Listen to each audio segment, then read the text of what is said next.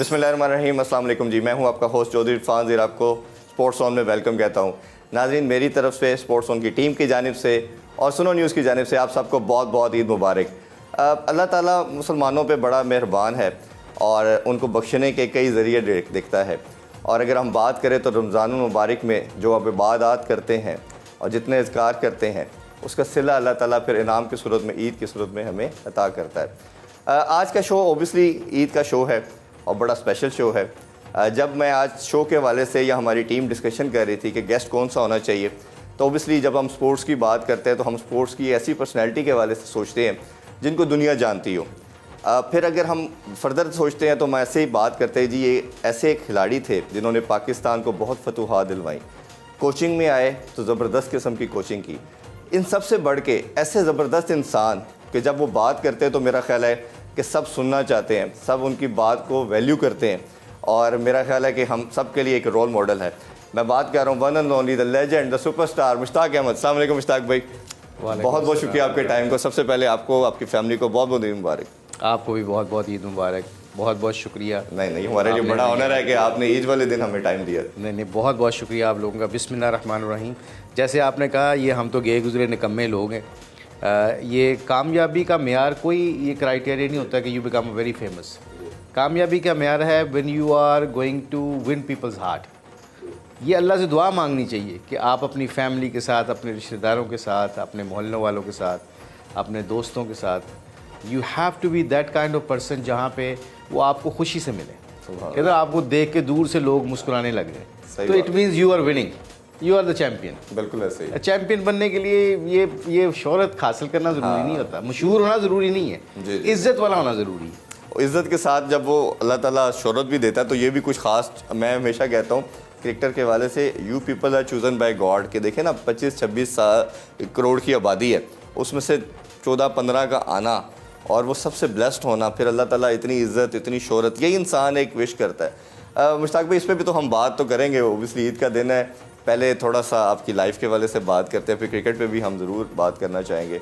अब ईद एक बड़ा खूबसूरत ओकेजन है और हम बात करते हैं जब एक रमज़ान की, वो इतना खूबसूरत वो मंथ, रहमतों का मंथ, और फिर इसका जो फेस्टिवल का समा बन जाता है ईद का और हम सब गैदर्ड होते हैं।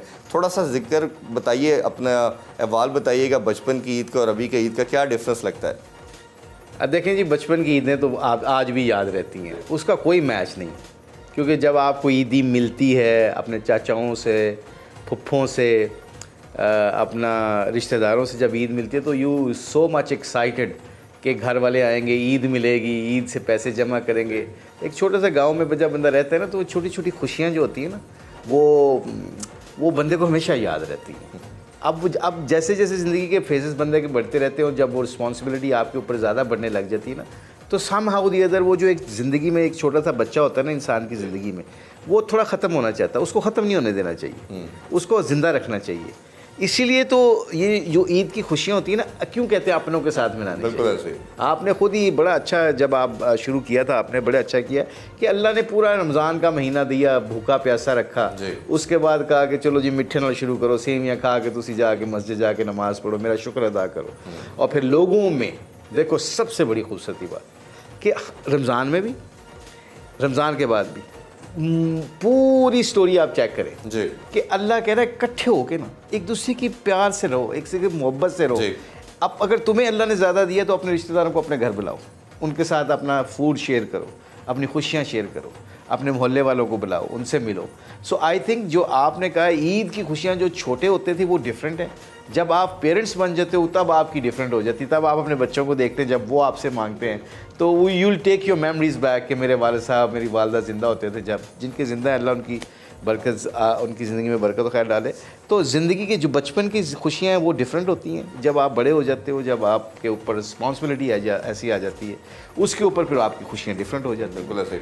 अच्छा, इसमें एक मैं हमेशा ये बात करता हूँ कि फैमिलीज़ के अंदर ये ट्रेडिशन अब काफ़ी ख़त्म होना शुरू हो गया है। अब शादियों में भी देखें, पहले बहुत गैदरिंग होती थी, अब सिर्फ वो ओकेजन के टाइम पे आपने किसी हॉल में जाना है या सिर्फ उस फंक्शन को ही अटेंड करना है। और इसी तरह ईद के अंदर भी हम देख रहे हैं कि वो गैदरिंग उस तरह की अब चीज़ें शायद हम एथिकली हमने कुछ अपने ही स्टैंडर्ड सेट कर लिए हैं, जिसकी वजह से लाइनें ड्रॉ करना शुरू कर दी हैं। अब जो हम बात करते हैं इंसानियत की, हर दीन ने ओबियसली बहुत दर्ज किया, हमारे दीन ने थोड़ा सा एक उसे कॉम्पैक्ट किस्म का बना के पेश किया।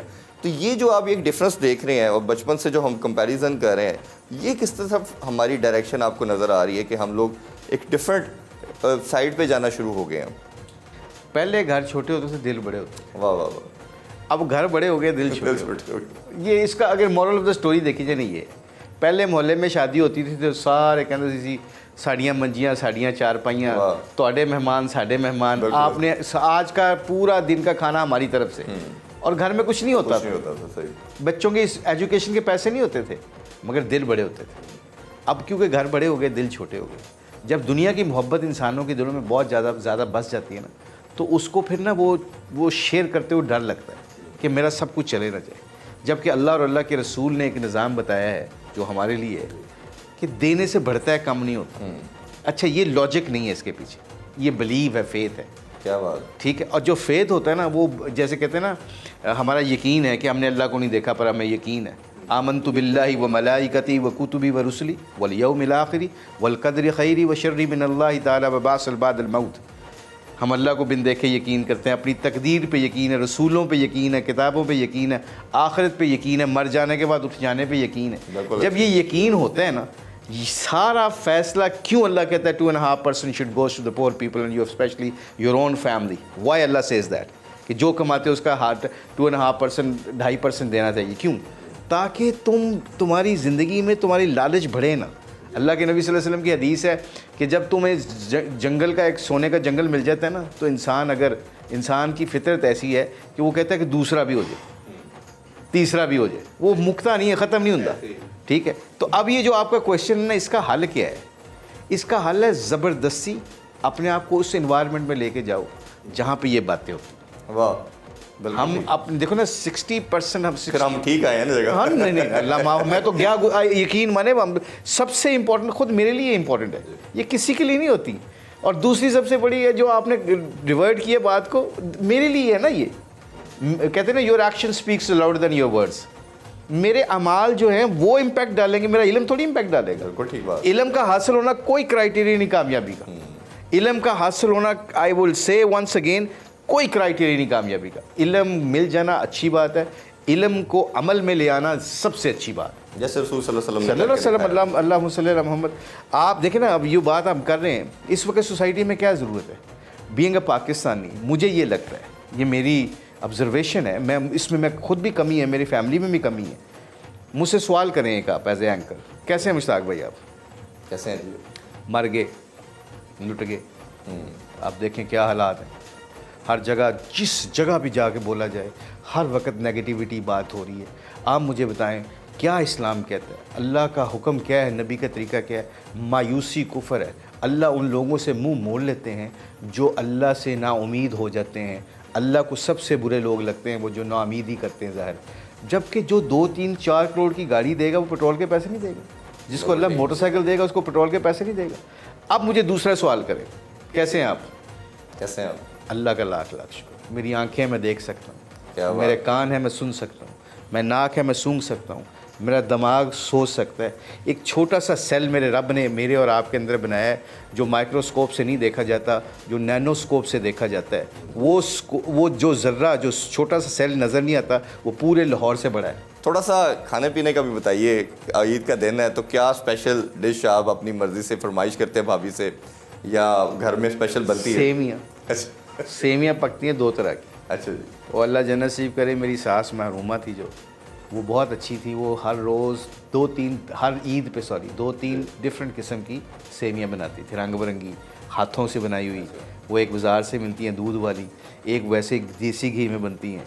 तो ये सारी सेमियाँ बनती हैं। ईद से पहले, जाने से पहले, नमाज़ पढ़ने से पहले सारे भाई इकट्ठे हो जाते हैं, या भाई जितने भी सब कुछ रिश्तेदार कोशिश करते हैं, फिर वो खा के जाके फिर वापस आते हैं। उसके बाद फिर वो जो अल्लाह का दिया है नेमत, तो उसका शुक्र अदा करते हैं। खाना पकता है अच्छा, मतलब खाबे ठीक चलते हैं। तो पुराने इलाके में जाते हैं मुश्ताक भाई? हाँ जी, हाँ जी। मैं साहिवाल से मेरा ताल्लुक़ है और मेरे वालिदैन की खबरें उधर ही हैं। मेरे 2 भाई उधर रहते हैं, 2 बहनें उधर रहती हैं। ज़रूर जाता हूँ, बहुत शौक़ से जाता हूँ। जब भी मौका मिलता है ज़रूर जाता हूँ, क्योंकि अपने रूट्स को जो भूल जाता है ना, वो बड़ा मुश्किल हो जाता है उसके लिए ज़िंदगी गुजारना।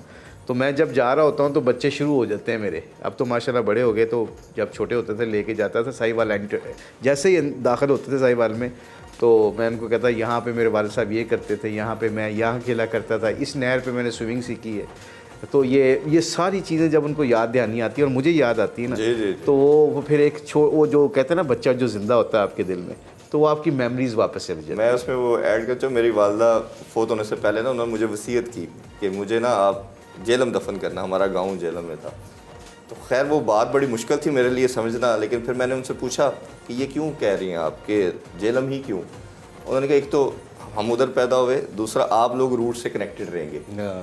अगर आप अपनी कंफर्ट देखते हुए इधर दफना देंगे तो आप इधर के रह जाएंगे, हम उधर होंगे तो आप वापस आएंगे। मुश्ताक भाई अभी एक छोटा सा ब्रेक लेते हैं जी, ब्रेक से वापस आके यहाँ से डिस्कशन को दोबारा कंटिन्यू करेंगे और क्रिकेट पे भी बात करेंगे। स्टे विद अस जी, welcome back in sports on. और ईद का स्पेशल शो आप हमारे साथ हैं और हमारे साथ मौजूद है one and only Mushtaq Ahmed भाई। मुश्ताक भाई आप हों और क्रिकेट पर बात ना हो ये पॉसिबल नहीं है। क्रिकेट के हवाले से अगर मैं बात करूँ तो ये लोग ना इसको और तरह से देखते हैं, मैं इसको तरह और तरह से देखता हूँ क्योंकि शायद हमारा फील्ड भी यही है।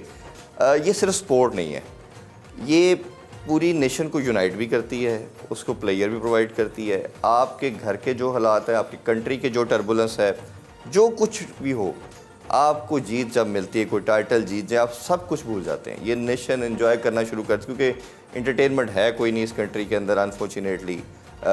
वैसे ही मुश्किलात काफ़ी ज़्यादा पैदा हो गई हैं, चाहे बेरोज़गारी है, महंगाई है, इसको बचाना बड़ा ज़रूरी है।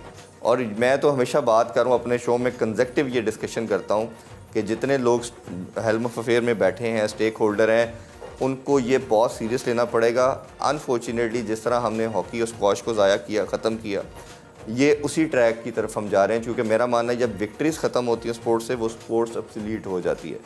आप एज ए लेजेंड करता धरता वो लोग उन कोर में से हैं जिन्होंने क्रिकेट को एलिवेट किया, 92 का वर्ल्ड कप, उसके बाद हर तरह के रोल में आप आए, उस पर मैं बात करूँगा। ये जो एक डिप आना शुरू हो गया है, रॉक बॉटम को हिट कर रहे हैं हम, ये क्या रीजंस हैं, क्या फैक्टर्स हैं, हमें भी सबको मालूम है, बट आप इसको आइडेंटिफाई किस तरह करते हैं और इसको सोल्यूशन की तरफ क्यों नहीं कोई लेके जा रहा? आई थिंक बहुत ज़्यादा अगर इसको सिंपलीफाई किया जाए ना, तो we have to go back to the basics. जी, नंबर 1 बेसिक्स क्या है? बेसिक्स ये हैं कि आपकी फर्स्ट क्लास और आपका ग्रास रूट जो है ना, वो स्ट्रक्चर तगड़ा होना चाहिए। ये तो हो गया नीचे वाला, लंबी बात है, इसको अगर मोटा सा देखा जाए, ग्रास रूट्स आपकी first class cricket, red ball cricket तगड़ी होनी चाहिए, बिल्कुल ठीक। नंबर 1। अब ऊपर आ जाए, जो लोग ये कहते हैं डेवलपमेंट पाकिस्तान टीम में आके करेंगे, I think we are making a huge mistake. There is no development programs in national team, there is win and win and win. वहाँ पे चाहिए होता है बिलीव, कंसिस्टेंसी ऑफ सिलेक्शन, आपके फैसलों की कंसिस्टेंसी होनी चाहिए। जब आपके फैसले कंसिस्टेंट होते हैं ना, आपको भी पता है, मुझे भी पता है, पूरे पाकिस्तान को पता है, 26 सेलेक्टर जब बदल जाते हैं 3-4 सालों में, तो मुझे बताएं ना, एज ए प्लेयर मैं खेला हूँ पाकिस्तान से 15-20 साल खेले हैं हम क्रिकेट, मुझे बताएं जब मुझे पता है कि इस कोच ने रहना ही नहीं है, इस सेलेक्टर ने रहना ही नहीं है, तो मैं अपना ती करा, मैं अपनी 2 विकेटां दिलाऊँ, मेरा तो टीम का माइंडसेट ही बदल गया हुआ है। तो इट्स सर्वाइवल की जंग में कभी टीमें जीता नहीं करती। जो टीमें जीता करती हैं चाहे टैलेंटेड ना भी हों, 92 की क्या टीम थी अगर देखा जाए तो, 99 की और 96 की टीम नंबर 1 थी, 2003 की टीम जो हमें क्वालिफाई नहीं कर सकती, नंबर 1 टीम थी। देखो तो कितने सुपरस्टार थे उसमें। जीता टीमें जीता करती हैं जब एक बनकर खेलती हैं, जब उनको पता है कि यही बंदे ने सानू खिलाना है, यही बंदे ने 2-3 साल में इनके साथ काम करने। कोच का पता नहीं होता, आपके सिलेक्टर्स का पता नहीं होता, आपके चेयरमैन का पता नहीं होता। जब ये सारी चीज़ों का नहीं पता होता, प्लेयर को अपनी वो कंसिस्टेंसी सिलेक्शन का नहीं पता होता, तो फिर कहाँ से चीज़ें ठीक। लेकिन मुश्ताक भाई इधर काउंटर आर्गूमेंट ये है जी, वो ये है कि आपके चाहे 4 चेयरमैन चेंज हुए, 26 सेलेक्टर चेंज हो गए, 6 कोचेस चेंज हो गए, अभी 4 तो कैप्टन हमने T20 में भी 1 साल में चेंज कर दिए, सब कुछ ठीक है। लोगों का मानना ये है, एक सर्टन ग्रुप भी ये बात करता है, ये जो 15 का कोर ग्रुप है ना, ये 5 साल से था, बाबर और उसके आप बाकी शहीन रिजवान वगैरह की बात करें, ये सब इकट्ठे थे, वो उसको रिलेट करते हैं अफगानिस्तान के साथ। इससे वर्स्ट कंडीशन तो पाकिस्तान की नहीं थी, उधर तो सिस्टम ही नहीं है, ना इंफ्रास्ट्रक्चर है, दे आर डूइंग वेल, वो परफॉर्म कर रहे। तो इन 15 लड़कों को किसने छेड़ा था? इनको नहीं छेड़ा गया। डिस्पाइट ऑफ इट इन्होंने जो रिजल्ट दिया वो बहुत पैथेटिक है और पूरी नेशन इनसे नाराज़ है। तो इसको कैसे देखते हैं कि ये लड़के तो इकट्ठे थे ना 15? आप मुझे ये बताएं, गुड क्वेश्चन, जो ये ग्रुप क्वेश्चन करता है उनसे एक क्वेश्चन है आर्गूमेंट्स के तौर पे, मैं गलत भी हो सकता हूँ। जब आप वो रेस में जाते हैं, घोड़ों की रेस में, घोड़ा ताकतवर होता है, जो जीतता है ताकतवर होता है ना, उसको चलाने वाला कौन होता है? जोकी रखना सीख लें पहले। जब तक जितने मर्जी तगड़े घोड़े रखें, उसकी डायरेक्शन कोई नहीं पता उसने मैंने जीतना कैसे। वो तो अपनी चक्कर में है कि मैं वो तो 4 बंदे तो 5-6 बंदे तो हम सबको पता है कप्तानी के चक्कर में है। जब कप्तानी के चक्कर में जो बंदे पड़ जाते हैं, उसने थोड़ा है कि मैं जीतना कैसे है, कब कैसे जीतना है, उसको तो पता है कि मेरी बारी आनी है, तो मैंने क्या करना है। आपका सबसे बड़ा कंसिस्टेंसी जो इरफान साहब, जो लोग ये बात करते हैं, कभी कभी आप अपने आप से ये सवाल आपने मुझसे पूछे ना कि जितने मर्जी बड़े प्लेयर हों, 92 में इमरान खान साहब थे ना, वो एक डिफरेंट बंदे थे, मतलब उनका एक रोल था। मियांदाद कप्तान आए, वो एक डिफरेंट प्लेयर था।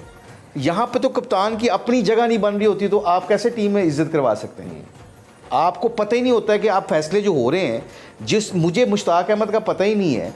अगर एक मुश्ताक अहमद को पता ही नहीं है कि मैं 2020 का मैं खेल भी सकता हूँ और मुझे कप्तान बना दें, तो मुझे ये बताएं आप, मोटी सी बात एक बता दें कि मैं ड्रेसिंग रूम में किस तरीके से बात करूँगा, मेरा कॉन्फिडेंस लेवल क्या होगा। ऐसे ही ये आप कह रहे हैं ना, ये 5-6 लड़के जो हैं, 10-15 लड़के यही हैं।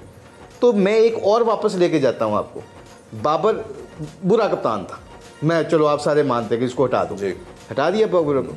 सरफराज उससे पहले आईसीसी चैंपियंस ट्रॉफी जीता, बुरा कप्तान था, निकाल दिया। नहीं, मैं तो हमेशा कहता हूं, सुने मेरी बात, आप सुने, आप ये लोगों को तो आगे पता, मेरी ऑब्जर्वेशन। बिल्कुल ठीक। कितने फाइनल खेला पाकिस्तान जब बाबर कप्तान था? 2 सेमीफाइनल, 1 फाइनल। ठीक है, ये बुरी परफॉर्मेंस है। टीम खड़ी थी कि नहीं खड़ी थी? खड़ी थी, लेकिन टाइटल नहीं ना जीत पाए। लाइन को भी तो पार करना ना। आप बताएं ना कि इंडिया कितनी देर बाद ये 2020 वर्ल्ड कप जीता है? पिछले दिन कौन सा टाइटल जीता था उससे पहले? वो 10 साल बाद के बाद, 10 साल बाद। हाँ। आपकी one of the best team at the moment 10 साल बाद टाइटल जीता है। और ये तो टीम 3 साल में 3 फाइनल खेल गई है। 4 सालों में 4 साल हो गए बाबर को, 3 साल कप्तानी, 4 साल। 3 क्वार्टर फाइनल, 3 सेमीफाइनल, 2 फाइनल खेल चुकी है।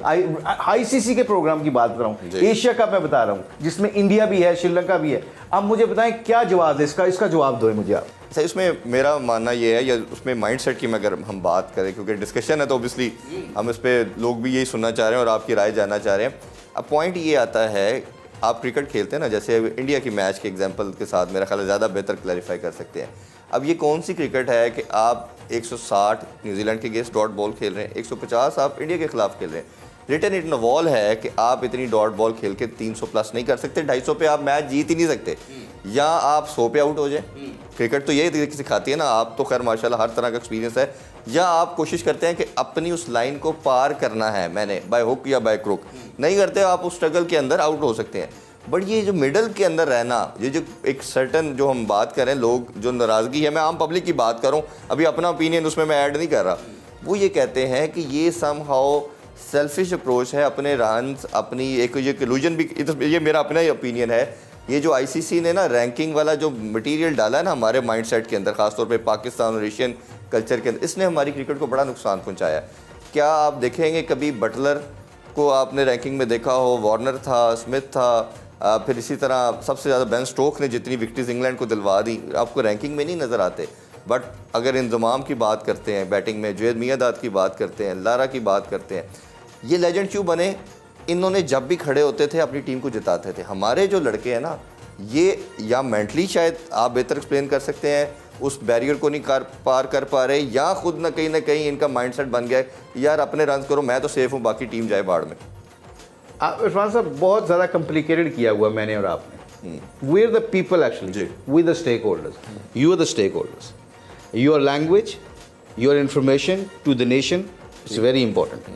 व्हाट यू से, लोगों को पता है क्रिकेट की बात करनी। अभी आपने कहा ना कि बहुत डॉट बॉल खेलते थे, उस डॉट बॉल खेलने के ऊपर 2 दफ़ा आप फाइनल खेल चुके हैं, 3 दफ़ा आप सेमीफाइनल खेल चुके हैं उन डॉट बॉलों के ऊपर, ठीक है। फिर डॉट बॉल नहीं खेले, गेम चेंज हो गई, फिर कहाँ पे चले गए आप? उनको निकाल दिए, सबको फारिग कर दिया, सबको कप्तानी से हटा दिया, कप्तानी बदल के प्लेयर बदल, वही प्लेयर है ना। फिर कहाँ चले गए आप?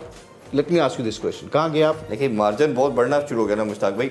दुनिया जैसे साइंटिफिक की या मॉडर्न डे क्रिकेट की बात करते हैं, वो आगे जा रहे हैं, हम पीछे आते हैं। आउटकम की बात करते हैं ना, आउटकम की बात करते हैं ना, यू वांट आउटकम जी, आउटकम की चाहिए ना आपको। जी। आउटकम क्या होता है? ट्रॉफी जीतना, ट्रॉफी के लिए सेमीफाइनल फाइनल पहुंचना। जब आपकी टीम सेमीफाइनल फाइनल नहीं पहुंचेगी तो ये बुरा बात है कि सेमीफाइनल फाइनल में पहुंचना अच्छी बात है। ऑब्वियसली अच्छी बात है। टाइटल के करीब जा रहे हैं ना आप, 3 सालों में टाइटल। एक इंडिया की आप बैठ के बहुत तारीफें करते हैं, which is very good team, we respect the players. 10 साल बाद टूर्नामेंट जीती है, ठीक है, 10 साल बाद 2 टूर्नामेंट लगातार जीत गई आईसीसी, ठीक है, आईसीसी चैंपियंस ट्रॉफी जीत गई, 2020 वर्ल्ड कप भी जीत, डन। 10 साल लगे जी। पाकिस्तान 3 सालों में बाबर की कप्तानी में जब वो जीता, सेमीफाइनल खेला, फाइनल खेला, जीते हुए मैच हारे, जीते हुए मैच हारे, ठीक है, एग्री विद मी। बैलेंस कहाँ पे आउट हो रहा है कि सम टाइम मैंने देखना है शेन वॉर्न का इतना लेग ब्रेक हो रहा है, मैं तो ये भूल गया मुश्ताक अहमद की इतनी गुगली होती, शेन वॉर्न की इतनी गुगली तो नहीं होती। तो you got to remember your strength first of all, how you win matches, that's very important, what is your role where, that's very important. 10 over किस तरह खेलने आपने, 4 ओवर वाइट बॉल में किस तरह खेलने 2020 में, फिर 10 ओवरों को किस तरह खेलना है, 300 प्लस कैसे करना है, इसके लिए you need to have a strategy, you need to have a good mindset around the dressing room. जब आप प्लेयरों को इतनी पावर दे देते हैं कई दफ़ा कि वो कोचेस की इज्जत नहीं करते, कई दफ़ा कोचेस को इतनी पावर दे देते हैं, there is no balance. So moral of the story अगर देखा जाए, it's a very good balance. हर बंदे को उसका रोल पता होना चाहिए। आप पूरी टीमों को उठा के देख लें, जो रूट खेल रहा है अभी तक, he is the best player. Kane Williamson खेल रहा है, he is the best player. Virat Kohli अभी तक खेल रहा है, he is the best player. Smith खेल रहा है, he is the best player. Ranking में वो नंबर 1 भी है। उनके रोल तो देखें आप, वो डॉट बॉल नहीं खेलते, वो नहीं खेलते 15-15, 20-20 डॉट बॉल खेलते हैं पहले 5 रन के लिए। फिर उनको पता होता है कि मेरा रोल है कि ऑक्यूपाइड ए क्रीज। फिर वो दूसरे प्लेयर जो दूसरे एंड के ऊपर होते हैं, डेविड वॉर्नर ले लें आप, जॉस बटलर ले लें आप, वो ब्रुक्स ले लें आप, जो मर्जी ले लें, उनका रोल होता है प्ले पॉजिटिव। विकेटें गिर रही हैं, एक एंड से संभाला हुआ है। ये कम्बिनेशन कभी किसी ने बैठ के बात की है, सोल्यूशन की बात की है कि हाउ टू स्कोर 300 रन? क्या बाबर हमारा one of the best player है इस वक्त दुनिया का, लोग सारी उसको इज्जत करते हैं। अगर वो डॉट बॉल खेल के 50 ओवर तक लेके जाता है, मैं शर्तिया कह सकता हूँ अल्लाह के फजल से 280 कहीं पे ही नहीं गया आपका, ठीक है। अब आप बाबर को चेंज कर रहे हैं, बाबर को चेंज नहीं करना, बाबर वैसे खेल रहा है, आपने ऐसे प्लेयर लेके आने जो उसके इर्द गिर्द खेले। ये बैलेंस होता है, ये कोच का विजन होता है कि कौन से बॉलर मैंने 2 स्पिनर खिलाने हैं बीच में। अब विजन तो देखें ना कि आईसीसी विकेटें देखें आप कैसी हैं आप, और आप एक स्पिनर के साथ जा रहे हैं, इज इट जस्टिफाइड? नहीं है। न्यूजीलैंड 4 स्पिनर लेके आया जिसके इतना घास पे खेलते हैं। इंग्लैंड 3-4 स्पिनर ले, अभी आईसीसी चैंपियंस ट्रॉफी के सारे मैचेस इंडिया 4 स्पिनरों के साथ खेला है, बिल्कुल सारे उसी के साथ, सारे पांड्या से वो नया बॉल करवा रहे हैं। क्यों करवा रहे हैं? विजन है, उनको पता है कि कोच बैठ के, कप्तान बैठ के, सिलेक्टर बैठ के बात करते हैं कि भाई यहाँ पे ये कंडीशन है, इन पिचों के ऊपर हमने कैसे विकेटें लेनी है, हमने 280 करके कैसे प्रोटेक्ट करना है, 280 करके विकेटें कैसे लेनी है, अगर दूसरों ने 200-350 किया तो वो कैसे करना है, किसका क्या रोल है। अभी तो ये नहीं पता, अभी तो ये पता है कि एक सीरीज में कप्तान कोई और है, दूसरे में और होता है। बिल्कुल ऐसे ही। तो व्हाट वी टॉकिंग अबाउट ना। उस्ताद भाई ब्रेक की तरफ बढ़ेंगे, ब्रेक से वापस आके डिस्कशन को यहीं से कंटिन्यू करेंगे, हमारे साथ रहिए। Once again welcome back sports on. हम बात कर रहे हैं मुश्ताक अहमद साहब से। अच्छा, थोड़ा सा ना इसको हम लोगों के लिए थोड़ा आसान कर देते हैं, सेक्शन कर नहीं, ये काफ़ी आसानी है। ये मैं वही कह रहा हूँ ना जी। एक अगर हम इसको देखें ना, कप्तानी पे मैं सेपरेट पूछता हूँ आपसे, जो असल मैं देखता हूँ कि पाकिस्तान को जो 90% विक्ट्रीज मिली, आप 6 डेकेड को देख लें, 1960 से लेके अभी तक, वो बॉलिंग ने जितवाई, 10% बैटिंग की वजह से मैच जीते। असल हमारा जो डिज़ास्टर हुआ एशिया कप 2023 का, जिसमें मार पड़ी इंडिया के हाथों, उसके बाद हमारी बॉलिंग सेटल ही नहीं हुई। हमने 300 करवाया, किया वो चेज़, 350 किया वो चेज़। ये बॉलिंग को हमारी क्या हो गया? चाहे फास्ट बॉलर है, अब शाहीन जो सबसे नंबर 1 बॉलर था, 1 साल का मैं स्टैट देख रहा था, सबसे वर्स्ट इकॉनमी वाला बॉलर बन चुके हैं। इसी तरह हारिस रऊफ है, अब हारिस रऊफ के साथ नसीम शाह भी देखते हैं इंजरी के बाद, बुमराह इंजरी के बाद आता है, दुनिया का सबसे लीथल बॉलर बन के आता है। हमारा लड़के रीहैब करके आते हैं, 15-20 नॉच, पेस भी ड्रॉप है, सीम स्विंग भी ख़त्म है। ये जो प्रॉब्लम है, और शदाब का ख़ास तौर पे पर्टिकुलरली आपसे जानना चाहूँगा, उसका और हसन अली का रोल मेरा ख्याल है बहुत वाइटल था, जो मिडल ओवर में एक आप स्क्वीज़ करते हैं ना, विकेट्स लेते हैं। अब मिडल ओवर में हमारा चाहे टेस्ट देख लें, टेस्ट में हमसे टेल आउट नहीं होती, ODI में, T20 में हमसे मिडल में कोई आउट ही नहीं कर पाते। ये जो बॉलिंग ओवरऑल हम देखेंगे, टोटल हमारा डिजास्टर हो गया, जो दुनिया की बेस्ट बॉलिंग लाइनअप थी। इसकी रीज़न क्या है? PSL से जब आप लोग सेलेक्ट करोगे, 4 ओवरों के ऊपर बॉलर्स को सिलेक्ट करोगे, स्पिनर्स को करेंगे, तो फिर यही होगा। आपका म्यार PSL नहीं होना चाहिए। म्यार तो आपका फर्स्ट क्लास क्रिकेट क्लास होना चाहिए। आप कोई भी, साजिद ने जिताया आपको, बिल्कुल ठीक है, नुमान ने जिताया, यही पिचें थी ना, वही इंग्लैंड के स्पिनर थे ना। आपने 150, 200 करके मैच जीते, क्यों जीते? इन लोगों ने मारे खाई हुई फर्स्ट क्लास क्रिकेट। इन्होंने फेजेस देखे हुए हैं कि इस फेज में कैसे बॉलिंग करनी है, इस फेज के ऊपर आके मैंने स्कोर रोकना है कि विकेट लेनी है, अटैक करना है कि नहीं इस वक्त ड्राई करना है। ये सारी सिचुएशन कहाँ से सीखते हैं आप? लंच से पहले 3 ओवर मैंने एज ए स्पिनर कैसे करने हैं, टी के बाद मैंने आके अटैक कैसे करना है, वो उस बैट्समैन को मैंने कैसे पकड़ना है, किस पेस से बॉलिंग करनी है। पहले तो मुझे बताए ना कि ये सारे एलिमेंट इरफान साहब ये प्लेयरों के ऊपर नहीं डाल सकते आप मुझे बताएं ना कि कौन सा स्पिन बॉलिंग कोच आपने रखा हुआ था? कोई भी नहीं थी। आपके पास पाकिस्तान के पास सईद अजमल है, आपके पास सकलैन मुश्ताक हैं, आपके पास शाहिद अफरीदी हैं, आप you name all the spinners. आप सारों को बाकी दुनिया यूटिलाइज कर रही है, आपको बांग्लादेश नहीं देख रहे, मैं तो चलो अल्लाह का शुक्र है, मैं अपनी बात करते बंदे को वैसे ही बुरा लगता है, और ये मैं टीवी पे आके कहता भी नहीं हूँ कि हमें ज़रूरत, अल्लाह का शुक्र है, नहीं है, मगर हमारा मुल्क है ना यार। हमारे मुल्क के लोगों को आप जब genuine you don't bring the right people for the right job, you will always struggle. एक इसमें मुश्ताक भाई, आप भी अकेडमी में काम करते रहे हैं, सकलैन मुश्ताक भी काम करते रहे हैं, वो हेड कोच भी रहे हैं काफ़ी सारे, तो स्पिनर पे कोई हम देखते हैं स्पिनर भी नहीं हमारा कोई डेवलप हो पाया इतने टाइम में। क्या टैलेंट नहीं है, या हम जो एक इंटेलेक्चुअल डिसऑनेस्टी की बात की जाती है बनने ही नहीं देते किसी को? आप वही बात तो कंसिस्टेंसी की आ जाती है। जैम्पा को, शेन वॉर्न को 99 वर्ल्ड कप में पूरे इस टूर्नामेंट में मार पड़ रही थी, पूरा जी ऐसे ही पड़ रही थी मार। सेमीफाइनल फाइनल में स्टीव वॉ से प्रेस कॉन्फ्रेंस में उन्होंने कहा कि you can drop Shane Warne because he is not performing well, he is going for many runs now, so he is not impactful player for anymore. तो उसने कहा, Steve Waugh ने कहा, no he is my match winner, somehow that he will win me a match from nowhere। जैसे खान साहब ने आपका 92 में कहा था। नहीं, मुझे पता था ना, मैं क्लियर था। खान साहब ने जब मुझे कहा था कि तेरा काम विकेट लेना है, तो मैं क्लियर हो गया था। मुझे तो ये डर ही नहीं था कि मैं सिलेक्ट भी हूँ। एक बंदे ने कभी जिंदगी में फर्स्ट क्लास जाके 4 विकेट नीचे, शदाब है, नाम ले लेते हैं उसके, शदाब है, उसामा मीर है, उस्मान कादर था आपके पास 4-5 लेग स्पिनर पड़े हुए हैं, ठीक है। अभी अच्छा फैसल अकरम बड़ा अच्छा, फैसल अकरम आपके पास है। अब फैसल अकरम को आप सीधा उठा के अंडर 19 से सीधा पाकिस्तान खिला देंगे तो किसका फेलियर है? और वो भी खिला के फिर बाहर कर देंगे। मुझे बताए ना किसका फेलियर है? बिल्कुल ऐसे ही। ये मतलब एक मिस्ट्री स्पिनर होना इज नॉट द क्राइटेरिया कि आप नेशनल टीम से खेलने लग जाए। आप 2 छक्के मारते हैं फर्स्ट क्लास क्रिकेट में, आपको लगता है कि आपको वो हार्ड हिटर मिल गया। पहले लेट हिम सी, लेट उसको देखो फर्स्ट क्लास में जाके क्या करता है। कामरान गुलाम आया, उसने 2-3 साल से लंबे रन किए हुए थे, उसने 2-3 मैचों में आते स्कोर कर दिया, 2-3 उसके फेलियर हुए। कहाँ गया वो? बिल्कुल बाहर कर दिया। आप कहाँ 50 ओवर में खेल रहा है वो? बिल्कुल नहीं है। मुझे ये this is a question to ask. अच्छा, इसमें एक और चीज़, ये तो सिस्टम का हमारा प्रॉब्लम है ही, हम किसी को स्टेबिलिटी की बात नहीं करते, जैसे हमने सारे सेक्टर और चेयरमैन की भी बात कर दी एक, लेकिन कप्तानी का भी रोल ना कहीं बहुत मैटर करता है। अगर हम देखें खान साहब की जब बात करते हैं, उधर MS धोनी की बात करते हैं, जिस तरह उसने टीम बिल्ड की, इवन रोहित शर्मा की, कि टोटल सेल्फलेस, जब तक कप्तान सेल्फलेस नहीं होगा, मेरा नहीं मानना कि वो आगे टीम को बिल्ड कर सकता है। अब हमारे जितने भी, सरफराज का मैं मानता हूँ, मेरा अपना ओपिनियन इसमें यह कि जब सरफराज को हटाया गया वो दिन था जब पाकिस्तान का डिक्लाइन शुरू हुआ, और ये जितने भी अभी तक लड़के खेल रहे हैं, ये उसी टाइम से हमारे लड़के सर्व करते आ रहे हैं। वो एक 5-6 साल में लड़के बने।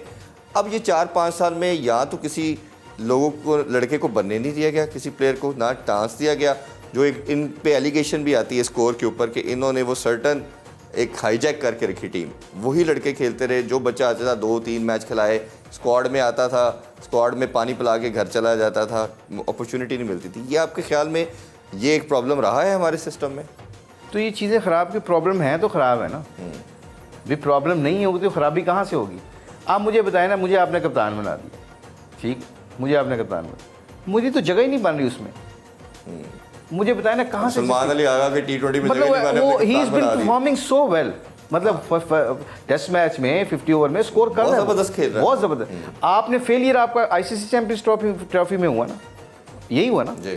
कितने ओवर की गेम थी वो? 50 की थी। 50 की? चेंज कौन सी टीम आपने की? T20 सारी। So who is making that decisions? Quickly last छोटे 2 आंसर। एक ये कि जी इस लॉट में रिजवान को भी हमने सिर्फ ODI तक कर्टेल कर दिया, शान मसूद टेस्ट में है, सलमान अली आगा को T20 में लगा दिया। सब प्लेयरों को आप जानते हैं, PSL में भी और वैसे भी आप कोचिंग के अंदर, कोई एक नाम लगता है जो आपको लगता है कि पाकिस्तान को लंबा सर्व कर सकता है और उसके अंदर वो कैप्टन के तमाम इंग्रीडियंट्स मौजूद है? देखिए, कप्तान कोई भी हो, सबसे पहले कप्तान का एक 2 चीज़ें इंपॉर्टेंट है। उसकी जगह पक्की होनी चाहिए, he has to be impactful player. Number 1 performance होना चाहिए, परफॉर्मर होना चाहिए।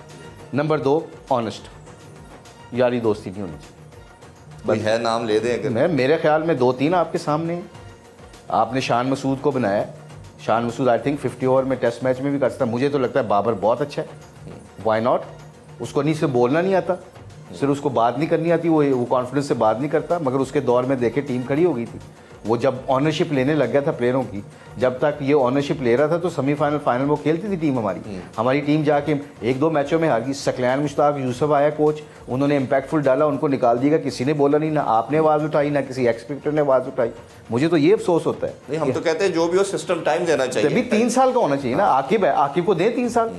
अब यूसुफ आकिब है, इनको 3 साल दें, बुलाएं आप, बैठ अनाउंस तो करें ना एटलीस्ट, ताकि पता चले। अच्छा, लास्टली एक बड़ी डिबेट ये 1 मंथ से हारने के बाद ये चल रही है। कुछ हमारे 90s के बाद वाले क्रिकेटर, मोहम्मद हफीज़ नाम भी ले लेते हैं, उन्होंने कहा कि 90s के क्रिकेटर्स को दूर कर दें, और 2-3 प्लेयरों ने फिर आके इंडोर्स भी किया इस बात को। ये जो क्या लगता है, ये क्या बात है और क्या ये कंट्रोवर्सी छिड़ गई है? छोड़े इरफान साहब, जिसने किया होता है, जब अब किसी को बताने की ज़रूरत थोड़ी होती है कि किसने क्या किया। ये कहते हैं ना, your action speaks louder than your words. आपके स्टैट्स बोलते हैं, आपके जिताए जहाँ जहाँ आपने मैच जिताए होते हैं ना, वो सब पता होता है लोगों को। मतलब आज भी जो लोग इंटरनेशनली जब आपकी इज्जत बनती है ना, जब लोग आपको गोरे जाके आपको कहते हैं हाय हाउ यू डूइंग, हाय क्या हाल है वसीम अकरम साहब, हाउ यू डूइंग, वकार यूनुस साहब, जब इंजमाम साहब, सईद अनवर साहब, आमिर सोहेल साहब, जब ये सारे कहते हैं, शुएब अख्तर साहब, शाहिद अफरीदी साहब, मिसबा साहब, हफीज़ साहब, इन्होंने एक परफॉर्मेंस किया हुआ है। किसी का हर एक टेन्योर आता है ना, ये मेरा ख्याल ऐसे ही है जैसे हॉकी वाले तमाम लेजेंड्स ओलंपियन के हर बंदे की अपना टाइम होता है। शहबाज, जब अब हॉकी का देखें ना, शहबाज क्या नाम है, शहबाज सीनियर, वो आया तो उसने हसन सरदार को पीछे छोड़ दिया। हसन सरदार का एक नाम होता था, मुझे याद हनीफ जूनियर होता था। अब ऐसे ही है, वसीम भाई का कोई मैच तो नहीं है। स्टीव वो ने कह दिया था, किसी ने पूछा स्टीव वो से कि अगर तुम दोबारा ज़िंदगी मिले तो क्या बनोगे, कहता Wasim Akram. If I want to become a cricketer I should be like Wasim Akram. Waqar Younis को हुसैन बोल्ट कहता है, वो जो दुनिया का फास्टेस्ट तरीन आदमी है, दुनिया का प्लानट, इस प्लानट का सबसे फास्टेस्ट तरीन आदमी है, वो क्या कहता है आई यूज़ टू स्टार्ट, मैंने जब अपना रनिंग शुरू की तो मैं वकार यूनुस को उसको भागते हुए देखता था। ये हमारी पाकिस्तान की ऑनर है कि वकार यूनुस की ऑनर है? तो हम कहेंगे इनको परे कर दो। ये भी मेरा ख्याल है कि ये इस टीम को या इस स्पोर्ट को बचाने के लिए सबको जुड़ना पड़ेगा। हम जुड़ेंगे तो सब भाई, मेरा तो ये इरफान साहब ये मानना है, ये जितने भी मेरे सीनियर बैठे हैं या हमारे कोलीग्स बैठे हैं टीवी के, आपके अल्फाज बहुत मैटर करते हैं। सॉल्यूशन दिया करें, बात किया करें। बिल्कुल ऐसे ही कहते हैं ना, hate the sin not the sinner. गुनाह से नफरत करो, गुनाहगार से मत नफरत करो। अल्लाह कुछ नहीं कहता तो हम कौन होते हैं? हमारे बीइंग ए नेशन, यही तो मुझे थोड़ा सा डर लगता है, क्योंकि मैं भी इनमें से हूँ। मैं 10,000 मैं कह रहा हूँ 10,000 मेरे में खामी है, तो मैं आपको किस तरह कह सकता हूँ कि जी आप फेल हैं तो मैं पास हूँ? बिल्कुल ठीक बात। सबसे इंपॉर्टेंट जो बीइंग ए नेशन हमें ज़रूरत है, जो लोग हमारी बात सुनते हैं उनको, मेरा मकसद ये है कहने का कि आप नाप तोल के बात करें। लोगों को देखो, फार्मूला सुन लें जी। बड़ा होना चाहते हैं आप, मेरा दस्तूर नहीं, अल्लाह का दस्तूर है। बड़ा होना चाहते हैं, लोगों को बड़ा करना शुरू करें। इज्जत कमाना चाहते हैं, लोगों को इज्जत दें। खुश रहना चाहते हैं, लोगों में खुशियाँ बांटें। ये मोटे फंडामेंटल रूल्स एंड रेगुलेशन है दुनिया में। बिल्कुल ठीक बात। ईद का भी कोई मैसेज दे दे, कोई एक मुख्तसर सा मैसेज, जितने भी लोग आपको सुन रहे हैं ईद के मौके पे पैगाम भी दे दीजिएगा। जी देखें, ईद की खुशियों में अपनों को ना भूलिएगा प्लीज़, स्पेशली हमारे रिश्तेदारों को। अपने दरवाजे खुले रहिएगा। नबी करीम सल्लल्लाहु अलैहि वसल्लम की हदीस मुबारक है, अल्लाह कमी बेशी माफ़ फरमाया। आपने फरमाया, अपनी ज़िंदगी लंबी चाहते हो, अपने रिज़्क़ में बरकत और खैर चाहते हो, रिश्तेदारों वास्ते बूहे खुले रखना, क्योंकि वो दरवाज़े बंद नहीं करने। क्योंकि हर दफ़ा हम रिश्तों से इसलिए नहीं मिलते कि उनसे हमारा तल्लुक़ क्या या हमें क्या मिलेगा। अल्लाह के वास्ते जब आप तल्लुकात कायम करते हैं और खुशियाँ बांटते हैं ना, अल्लाह को सामने रख के, और पीछे आपको कुछ उसका जवाब नहीं चाहिए, तब आपको ईद की खुशियाँ सही जेन्युइनली आप फील करेंगे। जब आप लोगों को सामने रख के ज़िंदगी गुजारते हैं तो फिर बड़ा मुश्किल हो जाता है कि यार मुझे इससे मिलना क्या है, किसको बुलाना है, किसी से मुझे क्या काम है। पैगाम बड़ा सिंपल सा है। एज़ ए पाकिस्तानी नेशन, जितने भी हमारे पाकिस्तानी ओवरसीज़ पाकिस्तानी हैं, ईद मुबारक हो।